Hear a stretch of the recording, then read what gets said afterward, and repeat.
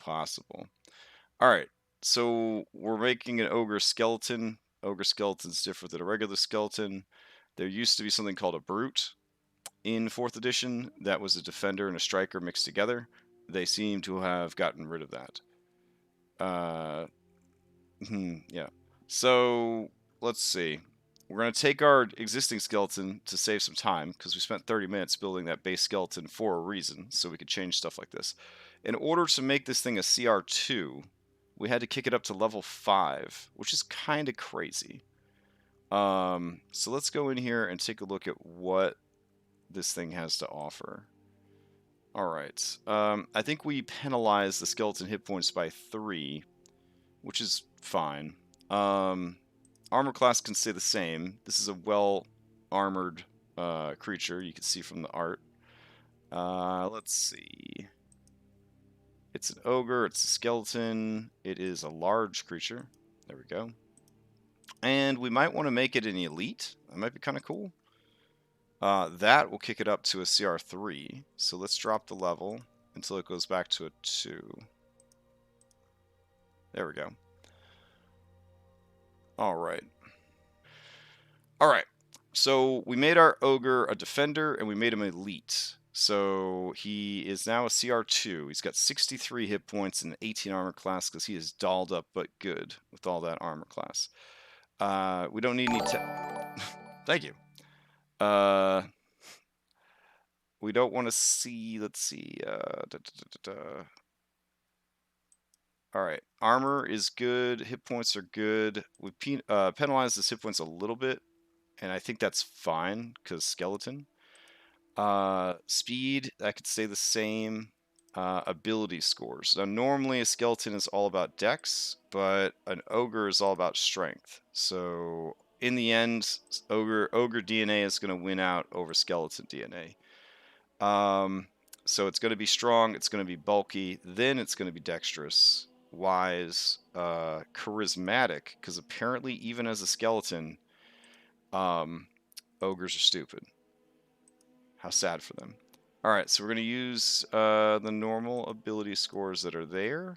And then skills. What would an ogre skeleton have? Probably nothing, being honest. Vulnerability can stay the same, bludgeoning and thunder. And resistances can stay the same, piercing and necrotic. Again, we built the basic skeleton so that we could use it to build other skeletons. So that's like the father of all skeletons is the first one we made, which is why we spent the extra time on it. Senses would stay the same, languages would stay the same, traits would maybe stay the same. Versatile attacker and lifeless appearance. So yeah, it can look like a corpse. It's a versatile attacker. That's fine. Actions. It could shove you. That seems pretty good. And then it can hit you. Also seems pretty good. I'm not sure why the DC or the damage is still so low. Okay, damage is actually going to be higher because it's calculated based on the monster class and its level. So let's see, its attack is now a 2d4 plus 1. That's not too bad. Giving it parry when it already has an 18 armor class is kind of crazy. So we might need to change that. It gets 1 Paragon action for being an elite. So that's pretty cool. Let's see.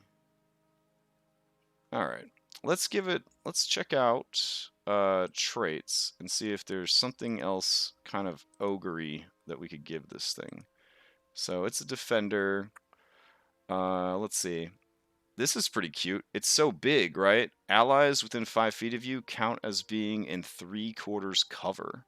So all the other little skeletons can hide behind this guy. That would be kind of cool. Yeah, or they could take hits for everybody. But I like the idea of the other skeletons throwing bones or firing their signature short bows or whatever from behind this big guy. So we're going to give him get behind me. All right, I like that. And then, oops, we don't need to give it a custom trait. We're going to check for one more trait. Riposte instead of parry. I think that's in here. What do they call it? They might just call it counterattack. Counterattack would be pretty nuts on this guy. Siege monster could be pretty cool too if you had him in your undead army. He goes to smash stuff, but I feel like that's more in like the zombie territory. Like a zombie ogre would do that. Let's see.